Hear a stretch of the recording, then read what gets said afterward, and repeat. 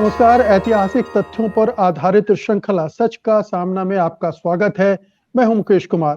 दोस्तों, काशी विश्वनाथ मंदिर और ज्ञानवापी मस्जिद का मसला एक बार फिर से गरमाया जा रहा है और जाहिर है कि इस मुद्दे को इसलिए गरमाया जा रहा है कि ये हिंदुत्व की राजनीति का ये एक बड़ा एजेंडे में रहा है और दूसरा ये कि उत्तर प्रदेश के चुनाव भी सामने है।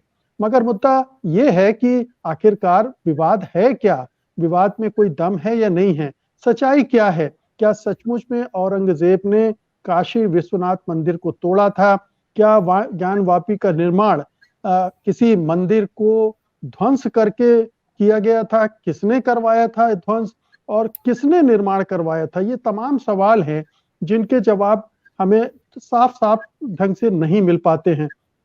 हम कोशिश करेंगे इस विवाद पर पूरी रोशनी डालने की और जितने ऐतिहासिक तथ्य हमारे पास हैं, उनके आधार पर सच क्या है, वो आपके सामने रखने की। इसके लिए हमारे साथ हैं जाने-माने सामाजिक कार्यकर्ता और इतिहास के जानकार प्रोफेसर राम पुनियानी। प्रोफेसर पुनियानी, आपका कार्यक्रम में स्वागत है।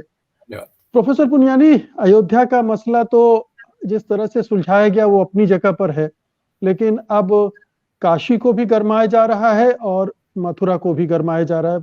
लेकिन काशी में तो ऐसा नहीं है कि जैसा अयोध्या में था कि कोई मंदिर रहा हो या उसको हटा दिया गया हो, ऐसा कोई विवाद नहीं है।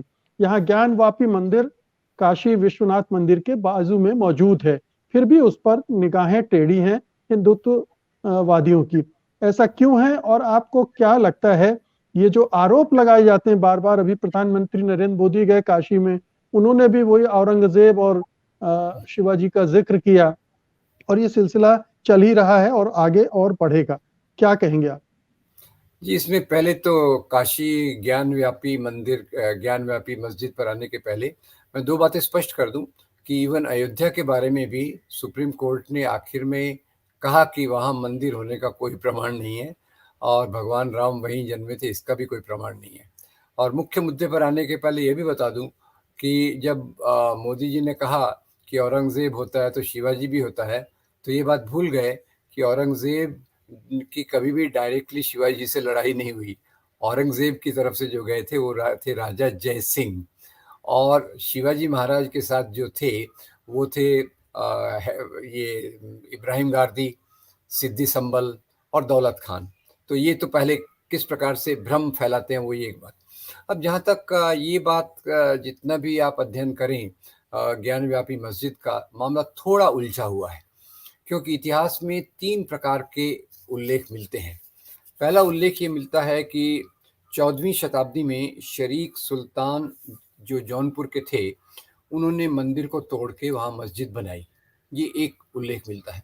दूसरा मिलता है कि अकबर के दरबार के नौरत्न टोडरमल ने वहाँ इस मंदिर को बनवाया, काशी विश्वनाथ मंदिर को उन्होंने बनवाया, ये इसका एक उल्लेख मिलता है।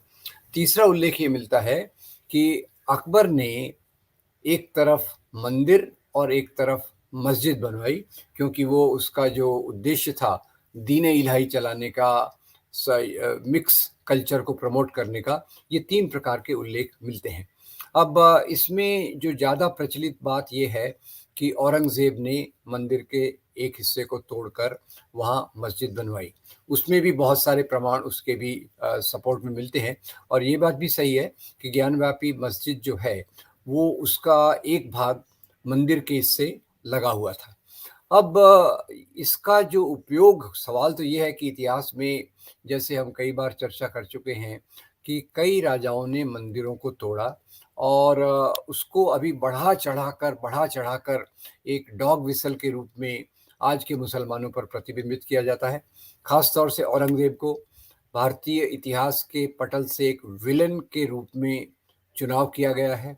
उसकी बहुत सारी बातें होंगी, पर जो गहरे इतिहासकार हैं, जो ऑड्रे ट्रुश्के और रिचर्ड ईटन, तो इन्होंने इस निष्कर्ष पे आए हैं कि 10-12 मंदिर ऐसे थे जिनको औरंगजेब ने तुड़वाया। दूसरी बात वो ये भी कहते हैं कि इसके पीछे धर्म का कारण नहीं था, इसके पीछे कारण ये थे कि कई बार मंदिरों के अंदर कुछ उनके विद्रोही छुप जाते थे, कुछ जो वहाँ के जमींदार या धर्मगुरु उनको संदेश देने के लिए कई बार करते थे। और एक तीसरा जो उल्लेख है वो एक किताब से मैं बता तो सकता हूँ, पर उसकी बहुत पुष्टि नहीं होती। डॉक्टर पट्टाभी सीतारामैया की एक किताब है, फेदर्स एंड स्टोन, उसमें वो बताते हैं कि एक बार वहाँ एक रानी के साथ बलात्कार हुआ और उसके कारण हिंदू राजाओं ने नाराज़ होकर कहा कि ये मंदिर अपवित्र हो गया है, और उसके बाद किसी और ने कहा कि यहाँ बाजू में मस्जिद भी बनवाना चाहिए। तो मंदिर भी बनाया गया और मस्जिद भी बनवाई गई। पर इस तीसरे जो मैं वर्णन इस बात का कह रहा हूँ, इसकी बहुत पुष्टि नहीं होती और इस कहानी पर भी बहुत सारे सवाल खड़े होते हैं। पर मुख्य बात ये है कि मंदिर को तोड़ने के पीछे किसी प्रकार का धार्मिक उद्देश्य नहीं था। ये मैं 2 बातों से करना चाहूँगा। पहला तो ये कि जो मंदिरों की संख्या, एक ऑड्रे टुस्के जो इतिहासकार की किताब औरंगज़ेब है, उनका एक इंटरव्यू है, उसमें कहती हैं औरंगज़ेब ने जितने मंदिर तोड़े होंगे, उससे बहुत सारे ज़्यादा मंदिरों को सुरक्षा प्रदान की और दान दिया। और मैं केवल 3 मंदिरों का उल्लेख यहाँ करूँगा, जैसे कामाख्या देवी का मंदिर है गुवाहाटी के पास, महाकाल का मंदिर है उज्जैन में, और भगवान कृष्ण का मंदिर है वृंदावन में। इन तीनों को दान देने के बहुत बड़े सबूत हैं। और एक डॉक्टर विशंबरनाथ पांडे की किताब है फरमान्स ऑफ किंग औरंगज़ेब। उन्होंने उसमें क्या किया है कि उत्तर भारत के बहुत सारे मंदिरों के पुजारियों के पास औरंगज़ेब द्वारा दिए गए जो फरमान थे, उनके जो आदेश थे, उसको जमा किया। और उसमें वो पाते हैं कि किसी मंदिर को वो जागीर भेंट कर रहे हैं, किसी को स्वर्ण आभूषण भेंट कर रहे हैं, किसी को दूसरे प्रकार की मदद कर रहे हैं। तो ये पूरा अगर हम चित्र देखें, तो पूरे चित्र में हिंदू मुसलमान नहीं दिखता। पूरे चित्र में सत्ता और उसके समीकरण दिखते हैं। जबकि जिस प्रकार से कम्युनल हिस्टोरियोग्राफी आई, उसने एक औरंगज़ेब को निश्चित रूप से विलेन बनाया। अच्छा, अब ये बात आप में से आप कितने लोग जानते होंगे कि औरंगज़ेब खुद के निर्वाह के लिए राज खजाने से संपत्ति नहीं लेता था? ये तो बड़ी आश्चर्य की बात होगी। खुद के गुजारे के लिए वो खुद का काम करता था। वो जो इसमें कैलीग्राफी होती है ना, ये कैलीग्राफी को हिंदी में क्या कहते हैं पता नहीं, वो कुरान की कॉपीज़ बनाता था। अब ये मैं किस आधार पे कह रहा हूँ? औरंगज़ेब ने जो वसीयत लिखी, उसमें वो लिखता है कि मेरे हाथ से लिखी हुई जो कुरान है, उसकी बिक्री से जो पैसा आएगा वो गरीबों में बाँट दिया जाए। अब एक ही राजा है, उसके बहुत सारे रूप हैं, बहुत सारे काम हैं, पर हम एक ही चीज़ को लेकर आ रहे हैं कि वो उसने काशी विश्वनाथ के मंदिर को तोड़ा और उसकी ग्लोरी को प्रस्थापित करने के लिए हमारे प्रधानमंत्री जी दिन में 5 बार डिज़ाइनर ड्रेस पहन के वहाँ जाकर गंगा में भी डुबकी लगाते हैं और दूसरी चीज़ें करते हैं। तो ये जैसे आपने कहा, उत्तर प्रदेश में जो चुनाव आ रहा है, इवन अयोध्या के मामले में भी वो भी एक उसका राजनीतिक उपयोग करने के लिए किया गया। और अभी क्योंकि उत्तर प्रदेश में चुनाव आ रहा है, अभी काशी और उसके बाद मथुरा, ये उनकी लाइन में लगा हुआ है और ये उन्होंने एक सोच को समाज में प्रस्थापित करने की कोशिश कर रहे हैं कि ये राजा मंदिर तोड़ते थे। पर इसमें यहाँ एक और उल्लेख कर दूं जो मैंने पहले भी किया था कि हिंदू राजाओं ने भी मंदिर तोड़े। जैसे उसका प्रमुख उल्लेख आपको मिलेगा कवि कल्हण की किताब राजतरंगिणी में। 11वीं शताब्दी के राजा हर्षदेव, उन्होंने भी मंदिरों की स्वर्ण आभूषणों को, स्वर्ण मूर्तियों को, हीरे जड़ित मूर्तियों को तोड़ने के लिए एक ऑफिसर की नियुक्ति कराई, देवोत्पतन नायक। ये इसका उल्लेख भी आपको राजतरंगिणी में मिलता है, जो काफ़ी एक ऑथेंटिक किताब है। तो सवाल ये है कि मुख्य रूप से इसका एक राजनीतिक उपयोग करने के लिए ये मुद्दे को गरमाया गया है। जी। तो एक बात तो ये है कि स्पष्टता नहीं है कि सचमुच में औरंगज़ेब ने मंदिर को तोड़ा ही। पहली बात तो ये है कि औरंगज़ेब ने मंदिर को तोड़ा, इसके कोई प्रमाण मौजूद नहीं है। राजा टोडरमल ने मंदिर बनवाए और मस्जिद बनवाई अगर मान लें तो, और वो भी अकबर के ज़माने में। जी। अकबर ने के आदेश के बिना ये संभव नहीं था। अकबर ने आदेश दिए होंगे या अकबर से उन्होंने अनुमति ली होगी, तब ये निर्माण हुआ होगा। इस तरह से इसको देखा जा सकता है। दूसरी बात ये जो लोगों के दिमाग में खटकती है कि किसी मस्जिद का नाम ज्ञानवापी मस्जिद कैसे हो सकता है? कि जी। क्योंकि ज्ञानवापी तो हम समझते हैं कि हिंदी और संस्कृत के शब्द हैं, तो ये मस्जिद के साथ उस तरह से नहीं जाते हैं। देखिए, ये जहाँ मस्जिद है, उसके पास में एक कुआँ है। एक कुआँ है जिसको ज्ञान व्यापी कुआं कहते हैं। तो उस कुएं के ज्ञान व्यापी शब्द के आधार पे इस मस्जिद का नाम रखा गया। अब जो भी कहें, तो शब्द तो बहुत महत्वपूर्ण और बहुत गहरे अर्थ वाला है, और उसकी उसकी गुत्थी बहुत बड़ी नहीं है, क्योंकि मस्जिदों के कई नाम उनके बनाने वालों पे, के लोकेशन पे, उनके अलग अलग तरीके पे रखते हैं। इसलिए आप देखेंगे कि मस्जिदों के नाम में बहुत सारी चीज़ें आपको मिलेंगी। तो ये ज्ञान व्यापी का तो आधार वहाँ का एक बहुत प्रसिद्ध कुआं है, जिसको ज्ञान व्यापी कुआं कहते हैं, और उस कुएं के आधार पे इसका नाम ज्ञान व्यापी मस्जिद रखा गया। तो क्या हम ये माने कि 15वीं सदी के पहले वहां कोई बड़ा मंदिर नहीं था? और ये भी कहा जाता है कि जो राजा टोडरमल ने मंदिर बनवाया था, वो भी कोई भव्य मंदिर नहीं था, कोई जी, बहुत विशाल मंदिर नहीं था। जी। बाद के समय में उसमें ये भव्यता और विशालता ऐड की जाती रही। ये पहले छोटा मंदिर था, और 8वीं शताब्दी में 1777 में अहिल्याबाई होलकर, जब ये होलकर साम्राज्य ने वहाँ कब्जा किया काशी पर, तो अहिल्याबाई होलकर ने इसको एक बड़ा मंदिर बनाया। और उस समय अगर मस्जिद थी तो उन्होंने मस्जिद को तोड़ा भी नहीं, मस्जिद को रहने दिया। ये भी है कि भाई सभी शासक आज के तरीके नहीं रहते हैं, तो उन्होंने भी, अहिल्याबाई होलकर अपनी, उनकी जो भी प्रतिबद्धता रही होगी, उन्होंने इसके हिसाब से एक भव्य मंदिर बनाया। पर इस ज्ञान व्यापी मस्जिद को उन्होंने हाथ नहीं लगाया, उसको उन्होंने तोड़ा नहीं। ये भी बात हमें याद रखना चाहिए। जी, अभी आपने जिक्र किया था कि कैसे हिंदू मंदिरों को भी तोड़ा गया, और जी। हम ये भी ना भूलें कि पुष्यमित्र शुंग ने बौद्ध हम्म, विहारों को, बौद्ध मंदिरों को भी बड़े पैमाने पर तोड़ा था अपने जी, शासनकाल में। तो हर राजा जो दूसरे धर्मों के उपासना स्थल होते हैं, उनको उनको कभी नुकसान पहुंचाने की कोशिश करते हैं, तो उसके पीछे अपनी सत्ता को ज्यादा मजबूत करना, कायम करना। और जाहिर है कि पुष्यमित्र चाहता था कि ब्राह्मणों का उसको सहयोग मिले, संगठन, और हम्म, उससे अपनी सत्ता को मजबूत करे। इसी तरह से दूसरे राजाओं ने भी किया। तो इसको एक सामंतवाद के चौखटे में देखना चाहिए। आज के लोकतांत्रिक युग में हम अतीत में जाकर उन चीजों का उल्लेख करें और फिर प्रतिशोध लेने की कोशिश करें, और हर भूल को, अगर मान लीजिए तोड़ा भी गया है, हर चीज को तोड़ने की शुरुआत कर दे, तो इनकी नजर तो ताजमहल पर भी है। उसके बारे में भी कहते हैं कि कहीं ना कहीं कुछ वहां था और उसको तोड़कर फिर ये बनाया गया। अब वो ताजमहल भी अपने आप में एक बहुत बड़ा चैप्टर है। उसमें क्या है कि ताजमहल में जब यहाँ जो कारीगर थे, तो वो यहाँ किस कल्चर के थे, तो उन्होंने उसमें कुछ ऐसे मोटिफ, ऐसे कुछ प्रतीक लगाए, जिसमें आपको कोई हिंदू प्रतीक भी दिख जाएंगे। पर ये मिली-जुली सभ्यता का प्रतीक था।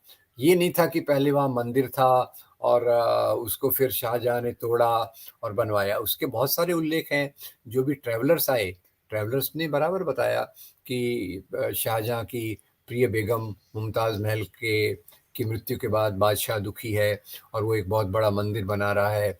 और तो और कि शाहजहाँ के समय में उसकी जो अकाउंट्स बुक थी, राजा राज दरबार की जो अकाउंट्स बुक थी, उसमें बराबर बताया गया है कि कहाँ से पत्थर आ रहा है, उसके लिए कितना पैसा दिया गया, मजदूरों को कितना पैसा दिया गया, जमीन के लिए कितना पैसा दिया गया। तो आप देखिए, जी, जमीन से लेके आप पत्थर से लेके कारीगर की मजदूरी की बात कर रहे हैं, मतलब ये तो उसी समय की बनी हुई बात है। तो उसमें भी कई लोग अपना तर्क लगा के, करके तर्क या कुतर्क लगा के उसको ये देखने में, क्योंकि इससे उन्होंने देखा कि जैसे बाबरी मस्जिद के चारों तरफ विवाद खड़ा किया गया, राजनीतिक तौर से बहुत बड़ा लाभ हुआ। और अभी तो खैर उनकी जो राजनीतिक हालत है वो काफ़ी पतली है, तो इसलिए तो इस बार वो ज़्यादा ही कोशिश कर रहे हैं कि ऐसे प्रतीकों को और खड़ा किया जाए, और इतनी बड़े बड़े अमाउंट्स, इतनी बड़ी बड़ी रकम वो कर रहे हैं। जबकि मुझे लगता है कि सरकारी खजाने से किसी भी धर्म स्थल को नहीं बनाया जाना चाहिए। जो भी सरकारी खजाना है, वो लोगों के स्वास्थ्य, शिक्षा, वेलफेयर, एम्प्लॉयमेंट, उसमें होना चाहिए। ये हमारे, मेरे ख्याल से, मैं तो कानून नहीं जानता ज़्यादा, पर शायद भारतीय संविधान में भी ऐसा कुछ प्रावधान है कि सरकारी खर्च से आप इस प्रकार के धार्मिक कार्यक्रम नहीं कर सकते। और ये बात का सबसे पहला उदाहरण मैं आपको बताऊं, सोमनाथ मंदिर के बारे में जब बात हुई थी, तो जी। उस समय कई नेता गांधी जी के पास गए और उन्होंने कहा कि हमारी सरकार अभी आज़ाद है, हम अभी सोमनाथ मंदिर को रिनोवेशन करेंगे। तो गांधी ने कहा ये क्या बात हुई, ये तो सरकार का पैसा इस चीज़ के लिए नहीं लगना चाहिए। हिंदू समाज अपना मंदिर बनाने के लिए सक्षम है, आप सरकार की तरफ से इसमें कुछ मत कीजिए। और नेहरू तो बाद में आ गए, कहते हैं कि भाई ऐसे धार्मिक कार्यक्रमों में, इसमें तो राजनेताओं ने सरकारी पद पर रहते हुए जाना भी नहीं चाहिए। तो अभी ये सवाल ये है कि हमारे यहाँ की जो मूल्य हैं, जिन मूल्यों के आधार पे भारत को आज़ादी मिली, आज उन मूल्यों का पूरी तरह से अपमान हो रहा है, ऐसा मुझे लग रहा है। अपमान हो रहा जी। है, वॉयलेशन हो रहा है, ये उसका एक प्रतीक हमें दिख रहा है। जी। तो राम पुनियानी जी, क्या हम ये माने कि हो सकता है मंदिर टूटा हो, हुँ, या हो सकता है मंदिर नहीं तोड़ा गया हो? हुँ, दोनों चीजें हो सकती हैं। और अगर तोड़ा भी गया है तो उसके मकसद दूसरे थे। आप जी, उनको किसी धर्म को लांछित करने, उसको उसको नुकसान पहुंचाने की मंशा से नहीं भी हो सकता है। जी। मैं यहाँ रिचर्ड ईटन का हवाला दूँगा। रिचर्ड ईटन के 2 बहुत बड़े लेख फ्रंट लाइन में आए थे, दिसंबर 95 और जनवरी 96 में उनके 2 बड़े लेख हैं। उसमें वो उल्लेख करते हैं कि जब 2 हिंदू राजा आपस में लड़ते थे, तो जीतने वाला हिंदू राजा हारने वाले हिंदू राजा के कुल देवता की मूर्ति को तोड़कर खुद की कुल देवता की मूर्ति को प्रस्थापित करता था। और रिचर्ड ईटन कोई ऐसे ये हवाई बात करने वाले नहीं हैं, जो उन्होंने ऐतिहासिक प्रमाण, साक्ष्य जमा किए, आर्कियोलॉजी के आधार पे, इतिहास के डॉक्यूमेंट्स के आधार पे, उसके आधार पे ये कहते हैं कि हिंदू राजाओं ने भी मंदिर तोड़े थे, पर उसका भी कारण सत्ता था। तो मैं उसको ऐसे देखता हूँ कि मंदिर तोड़े गए और पर उसके मुख्य कारण थे, एक तो सत्ता, हारे हुए राजा के तरफ, और दूसरा संपत्ति। जैसे सोमनाथ का मंदिर हो या और कई मंदिर हों, उनको संपत्ति के लिए भी तोड़ा गया। और एक बात और ज़रूर ऐड कीजिए इसमें कि ये केवल मंदिरों का ही सवाल नहीं था, कई बार मस्जिदों को भी तोड़ा गया और औरंगज़ेब ने खुद एक बार गोलकुंडा में एक मस्जिद को तुड़वाया। और उस मुख्य कारण ये था कि गोलकुंडा के नवाब तानाशाह ने 3 साल तक औरंगज़ेब को टैक्स, जो उसका होता है, छोटा राजा बड़े को देता है, उसने नहीं दिया, तो औरंगज़ेब ने उसकी मस्जिद को तोड़कर अपनी संपत्ति लेकर आया।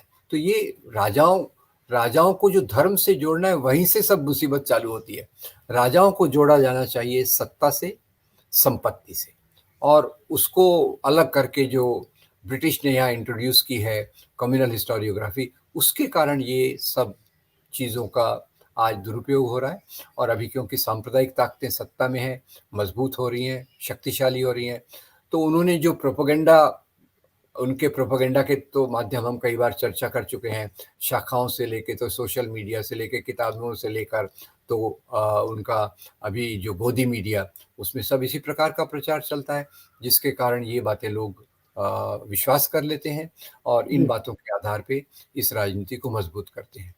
अंत में एक छोटी सी टिप्पणी मैं चाहता हूं आपकी, कि जो दर्शक इसको देख रहे हैं या जो देखेंगे, वो उनके लिए आप क्या कहेंगे कि काशी विश्वनाथ के पूरे मसले को देखने की दृष्टि क्या होनी चाहिए? उन्हें इसे हिंदू मुसलमान, औरंगजेब शिवाजी, इस तरह से देखना चाहिए, या कोई और दृष्टि से इस पूरे विवाद को देखकर अपने भविष्य को ध्यान में रखकर राय बनानी चाहिए? देखिए, निश्चित रूप से इसको हिंदू मुसलमान से देखना तो हमारे देश की प्रगति के लिए बहुत घातक होगा, बहुत नुकसानदेह होगा, उस रास्ते पर तो जाना ही नहीं चाहिए। हमें इतिहास से केवल ये सबक सीखना है कि यहाँ आम लोगों का शोषण कैसे होता था, वो मेहनत कैसे करते थे, समाज को उन्होंने कैसे बनाया, ये केवल एक दृष्टिकोण इतिहास की तरफ देखने का होना चाहिए। और आज भी जो इस प्रकार के विवाद हैं, अब तीसरी बात और देखिए, 1991 में एक बिल आया, एक कानून आया कि जो भी पूजा स्थान हैं, रिलीजियस वर्शिप एक्ट, जो भी places of religion worship act 1991 में आया, जो बहुत अच्छा है। और वो कहता है कि 15 अगस्त 1947 को धर्म स्थलों की जो परिस्थिति थी, उसको वैसे बरकरार रखा जाना चाहिए। मैं उम्मीद करता हूँ कि इस कानून को, जो हमारा प्रावधान है, लोग उसको सीरियसली लें और मंदिर मस्जिद का मुद्दा छोड़कर समाज की बेहतरी के लिए काम करें और उसी दिशा में सोचें। बहुत बहुत शुक्रिया प्रोफेसर पुनियानी आज की बातचीत के लिए। धन्यवाद आपका। नमस्कार। सत्य हिंदी का ऐप डाउनलोड करें गूगल प्ले स्टोर पर।